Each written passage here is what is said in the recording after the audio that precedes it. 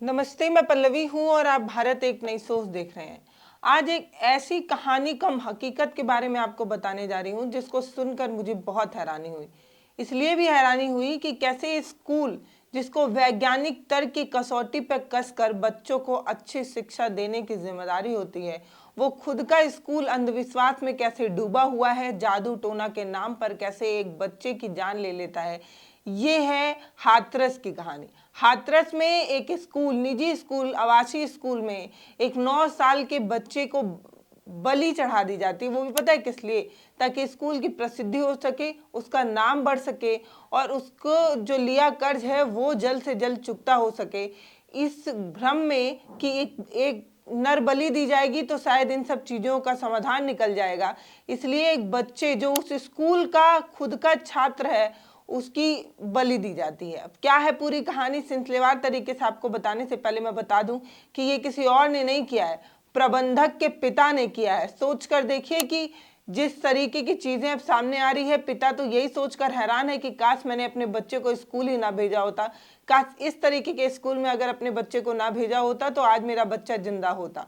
ये बड़ा सामान्य सा सवाल है कि स्कूल जिसकी जिम्मेदारी होती है कि वो जाति, धर्म, मजहब, लिंग किसी भी आधार पर भेदभाव ना करे, बच्चों को विज्ञान सिखाए, गणित सिखाए, रासायनिक विज्ञान पढ़ाए, वो ऐसी चीजें पढ़ाए जिससे आगे आने वाले कल में बच्चा शिक्षित हो के एक अच्छी नौकरी पा सके, वो स्कूल खुद अंधविश्वास में डूबा हुआ है। जो स्कूल खुद अंधविश्वास में डूबा हुआ है, काला जादू, जादू टोना में डूबा हुआ है, वो बच्चों को क्या ही शिक्षा दे रहा होगा।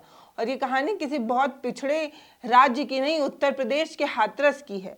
हाथरस के साहूपुर थाना क्षेत्र के रसगांवा इलाके में एक निजी आवासीय विद्यालय डीएल पब्लिक स्कूल के जो प्रबंधक के जो पिता हैं उनका नाम है यशोधन सिंह। ये जो यशोधन सिंह है ये तांत्रिक विद्या में बड़ा यकीन करते थे। काला जादू, जादू टोना इनका मुख्य पेशा था, इसलिए गांव वाले इन्हें साधु बुलाया करते थे। इनका मुख्य काम यही था, ये इसी तरीके का काम किया करते थे। और इनके जो बेटे हैं दिनेश बघेल, ये प्रबंधक हैं उस स्कूल का एडमिनिस्ट्रेशन संभालने की जिम्मेदारी जो है वो दिनेश बघेल की थी। स्कूल खोलने के लिए उन्होंने एक बैंक से लोन लिया था। लोन का कर्जा चुकता करने के लिए बहुत समय लग रहा था, बहुत परेशानी हो रही थी। ऐसे में दिनेश बघेल के जो पिता हैं यशोधन सिंह, उनको एक सुझाव आता है या उनके दिमाग का ये खुरापाती पेच होता है कि अगर किसी की नर बलि दी जाए तो शायद इस तरीके की परेशानी जो है वो जल्द से जल्द इसका समाधान निकल सकता है और स्कूल की प्रसिद्धि होगी, नाम बढ़ेगा। इसके लिए एक नर बलि की आवश्यकता है। इसके लिए इन्होंने सबसे पहले कृतार्थ को निशाना नहीं बनाया, इसके पहले इन्होंने 2 बच्चे को और निशाना बनाया था जो अपने लक की वजह से बच गए। एक बच्चे को इस तरीके की हैवानियत का शिकार होने के बीच में उसको बाथरूम हो जाता है और वो बच्चा अशुद्ध मान लिया जाता है, इसलिए उसको छोड़ दिया जाता है। अब दूसरी बार जो बच्चा होता है वो जग जाता है, इसलिए उसको छोड़ दिया जाता है। अब ये जो कृतार्थ है ये भी रात में सोया हुआ था। जो स्कूल का हॉल था, सब बच्चों के साथ कृतार्थ भी सोया हुआ था। प्रबंधक के जो पिता हैं वो जाते हैं, उस बच्चे को धीरे से गोदी में उठाकर लेकर इस तरीके की हैवानियत का शिकार बनाने के लिए ले जा रहे होते हैं। तब तक उसकी नींद खुल जाती है और वो चिल्लाने लगता है। उसको बहुत तेजी से मुंह दबाया जाता है और हॉल से नीचे ले आकर उसको तख्त पर रखकर अंतिम सांसें जो उसकी चल रही होती हैं उसको भी छीन लिया जाता है। ये पूरी कहानी जो है वो इस बात की गवाही दे रहा है कि हम किस तरफ बढ़ गए हैं। सोचने और समझने की कोशिश करनी चाहिए हमें कि हम एक ऐसे समाज की तरफ बढ़ रहे हैं जहां जाति, धर्म, मजहब, लिंग के आधार पर भेदभाव तो होता ही था, लेकिन अब स्कूल में अंधविश्वास हो रहा है। भाई हैरानी तो होती ही है ना। मतलब सोचने की बात इसलिए भी है कि जहां पर ड्रेस जैसी चीजों का इस्तेमाल कर ये कहा जाता था कि एक बेंच पर एक सामान्य ड्रेस पहनकर अगर 2 बच्चे एक साथ बैठे हैं तो उनके बीच में ना तो लिंग के आधार पर भेदभाव होगा, ना तो जाति के आधार पर भेदभाव होगा, ना तो किसी आधार पर भेदभाव होगा, ना तो आर्थिक आधार पर भेदभाव होगा, क्योंकि सबकी ड्रेस समान होगी, सबको समान बेंच पर बैठना होगा, तो शायद एक समानता का भाव आ जाएगा। लेकिन हैरानी इस बात की थी कि स्कूल में इस तरीके की हैवानियत हो रही थी और यह हाथरस का मामला है। पुलिस ने जो प्रबंधक साहब के जो पिता हैं उनकी गाड़ी में कृतार्थ की लाश को भी जो है वो पकड़ा था, मौके पर पकड़ा था। और पुलिस ने जब इनको पकड़ा तो ये लोग बैठकर अपनी कहानी सुनाने लगे। कुल 5 लोगों को गिरफ्तार किया गया है, प्रबंधक, प्रबंधक के पिता और 3 लोग और। ये 5 लोग मिलकर इस तरीके की जादू टोना और तंत्र विद्या पर यकीन करते थे और इनका ऐसा लगता था कि इस तरीके की चीज़ें करने से जो है वो प्रसिद्धि मिल जाएगी, स्कूल को तरक्की मिलेगी, बरकत मिलेगा। और बरकत की चाह में इस तरीके की चीज़ जो है वो एक घर के चिराग को बुझा दिया। मतलब सोचने की बात है कि कितनी हैवानियत की बात है। अब पुलिस को उन्होंने क्या कहानी बताई है, ये मैं कोट करके एक न्यूज़ आर्टिकल पढ़ रही हूँ। इस आर्टिकल में ऐसा लिखा है कि पुलिस ने आरोपियों को पकड़ा तो उन्होंने अपने खौफनाक मंसूबों की कहानी ऐसे बताना शुरू किया कि जैसे वो कोई साधारण सी बात बता रहे हो। अब जादू टोना और तंत्र विद्या में जिनको यकीन होता है उनको ऐसा लगता है कि उनके पास इस तरीके का ज्ञान है जिससे हर समस्या का समाधान है। भक्ति और अंधभक्ति के बीच में सिर्फ एक लकीर होती है और वो लकीर जब कोई क्रॉस कर देता है तो वो बन जाता है अंधभक्त और उसको इस तरीके की तांत्रिक विद्या और इन सब चीज़ों में यकीन होता है और उसको ऐसा लगता है कि जादू टोना और तंत्र विद्या से भला किया जा सकता है। जो खुद अपना भला नहीं कर पाए आज पुलिस के गिरफ्त में है 5 लोग और कोर्ट इनको कठोर से कठोर सजा दे ताकि किसी इस तरीके के मानसिक पागल इंसान को फिर से स्कूल चलाने की इजाज़त ना मिले। ऐसा कुछ तय होना चाहिए। अब मैं कहानी पढ़ने जा रही हूँ। जैसा ये बता रहे थे जैसे कि कोई साधारण बात हो। पूछताछ में उन्होंने बताया कि इससे पहले भी वो एक बच्चे को बलि देने की कोशिश कर चुके थे। उसका नाम राज था, वो 4ठी कक्षा में पढ़ता था।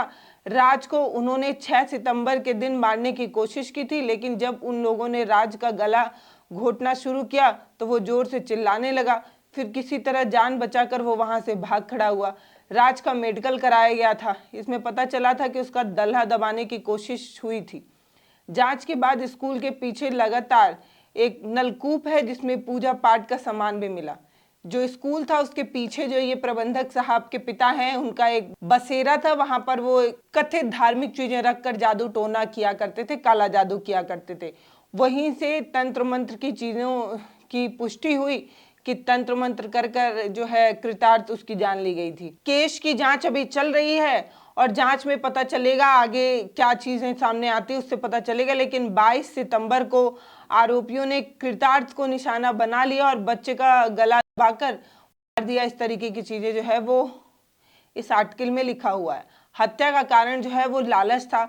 पुलिस ने जिन 5 आरोपियों को गिरफ्तार किया वो सभी अलग अलग शहरों के रहने वाले हैं। ऐसे वो तमाम लोग हैं जिनका नाम इसमें नामजद लिखा हुआ है, उनके पिता का नाम, उनके गांव का नाम लिखा हुआ है। पुलिस इस मामले में आगे की कार्रवाई कर रही है। आरोपी ने इस बात को कबूल लिया है कि वो तंत्र मंत्र के चलते बच्चों की बलि दे रहे थे। इस चीज की पुष्टि जो है इन 5 लोगों ने मिलकर की। कोई बच्चे को उठाने का काम कर रहा था, कोई बच्चे को ले जाने का काम कर रहा था, कोई पूजा पाठ की तैयारी कर रहा था, कोई बैठकर निगरानी कर रहा था कि कोई इन सब चीजों को देख तो नहीं रहा, किसी को कानो कान खबर तो नहीं लग रही है। 5 लोग मिलकर एक मासूम बच्चे को शिकार बनाते हैं, घर का चिराग जो है वो बुझा देते हैं। मतलब हैरानी इस बात की है कि इन्हें अभी तक ये नहीं समझ में आ रहा है कि वो किस पागलपन का शिकार थे और मानसिक रूप से किस तरीके से बीमार थे। काला जादू, जादू टोना के नाम पर एक घर का चिराग बुझा दिया गया इन लोगों के प्रयासों की वजह से। मुझे लगता है कि कोर्ट इन्हें जो है वो कठोर से कठोर सजा तो जरूर देगी। अब पिता का सदमे में बुरा हाल है। वो सोच सोच कर इसलिए परेशान है कि पहले तो मासूम उनका चला गया, दूसरा जब इन्हें ये पता चला कि हत्या का कारण लालच था, प्रसिद्धि और प्रसिद्धि की लालच में इस तरीके की चीज की गई है, तो माता पिता जो है वो जोर जोर कर रो रहे हैं और बुरा हाल है उनका। माँ ये सोच सोच कर बेसुध है कि अगर किसी स्कूल में इस तरीके के फालतू और बेहुदा स्कूल में अगर नाम ना लिखाया होता तो शायद उनका घर का चिराग बचा होता। अब हैरानी की बात ये है कि ये मैथ, साइंस, गणित और क्या ही पढ़ाते होंगे जब स्कूल के प्रबंधक और उनके पिता की सोच इतनी पुरानी है कि वो आज भी काला जादू और जादू टोना में यकीन करते हैं। हैरानी होती है मुझे ये बताते हुए कि हम 21वीं सदी के भारत में जी रहे हैं जहां हमारा विमान चांद तक पहुंच गया है, जहां हम चांद पर रहने की बात कर रहे हैं। वहां हमारे देश में आज भी जादू टोना और तंत्र विद्या में यकीन किया जाता है।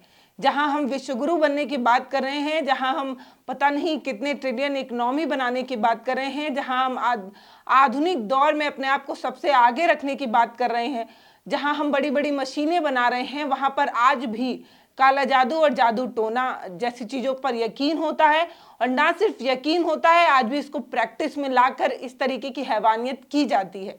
हैरानी हो रही होगी आपको कि ये किसी गांव के किसी अनपढ़ जाहिल इंसान ने नहीं किया है, ये एक स्कूल चलाने वाले प्रबंधक और उनके पिता और ऐसे 3 लोगों की मिली जुली सोच की वजह से ऐसा हुआ है। और ये कहीं और नहीं, स्कूल के अंदर हुआ है, स्कूल कैंपस के अंदर हुआ है। स्कूल में पढ़ने वाले और बच्चों के माता पिता से हाथ जोड़कर निवेदन है कि ऐसे फालतू के स्कूल में अपने बच्चों को पढ़ाना आज से ही बंद कर दीजिए, क्योंकि ऐसे स्कूल आपके बच्चों को ना तो बेहतर भविष्य दे सकते हैं और ना ही कोई अच्छी तरीके की शिक्षा दे सकते हैं। जिनके पास खुद का कोई ज्ञान नहीं है, जिन्होंने आज तक विज्ञान, गणित और किसी चीज का अध्ययन नहीं किया होगा, शायद तभी उन्हें आज भी काला जादू पर यकीन है। शायद उन्हें अभी भी ये नहीं पता होगा कि विज्ञान की दौड़ में हम कहाँ तक पहुंच चुके हैं। शायद उन्हें ये नहीं पता होगा कि हमारे देश में इतनी बड़ी बड़ी कॉलेज और यूनिवर्सिटीज बन गई हैं, उसके पढ़े लिखे लोग विदेशों में जाकर विदेश के बड़े बड़े कंपनियों को हैंडल कर रहे हैं। वो अपने स्कूलों में इस तरीके की चीज़ों को प्रैक्टिस करते हैं, ये आपके बच्चों को क्या ही सिखाएंगे। तो हाथ जोड़कर निवेदन है कि हाथरस का ये जो स्कूल है, डीएल पब्लिक स्कूल, इसमें पढ़ने वाले हर एक बच्चे को अपना नाम कटा लेना चाहिए और कम से कम इस स्कूल में तो नहीं पढ़ना चाहिए। बाकी आपको क्या लगता है वो हमें कमेंट सेक्शन में लिखकर बताइएगा। इस पूरी कहानी को ना डिटेल से पढ़ पढ़कर हैरानी इस बात की हो रही थी कि हे भगवान, मतलब कैसे कैसे लोग रहते हैं भाई यहाँ पर। एक छोटे छोटे बच्चों पर इस तरीके का जुर्म करते वक्त हाथ नहीं कांपता है क्या इनका? मतलब ये कैसे कर लेते हैं?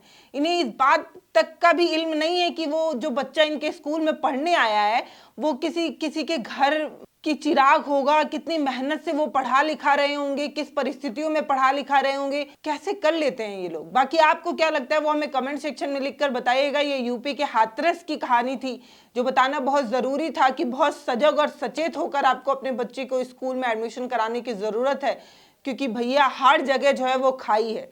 फूक फूक कर कदम रखिए, किसी पर भी यकीन करना बहुत आसानी से, किसी पर भी यकीन करना जो है वो आपके लिए घातक साबित हो सकता है। ये कहानी इसलिए भी बहुत ज़रूरी थी आपके साथ साझा करना। बाकी नमस्ते, मैं पल्लवी हूँ, आप भारत एक नई सोच देख रहे हैं। अगर आप मेरा ये वीडियो फेसबुक पर देख रहे हैं तो हमें फॉलो कर लीजिएगा, यूट्यूब पर देख रहे हैं तो हमें सब्सक्राइब कर लीजिएगा, वीडियो को शेयर ज़रूर करिएगा। इसके अलावा अगर आपको ऐसी कहानी चाहते हैं कि हम आपके साथ साझा करें तो वो भी आप हमें कमेंट सेक्शन में लिखकर बता सकते हैं। आप किस टॉपिक पर ये चाहते हैं कि हम बात करें, वो टॉपिक भी आप मुझे सजेस्ट कर सकते हैं। बाकी ये वीडियो देखने के लिए आपका बहुत बहुत धन्यवाद। आपका जो भी राय, प्रतिक्रिया या कमेंट हो वो हमें लिखकर ज़रूर भेजिएगा। बहुत बहुत धन्यवाद।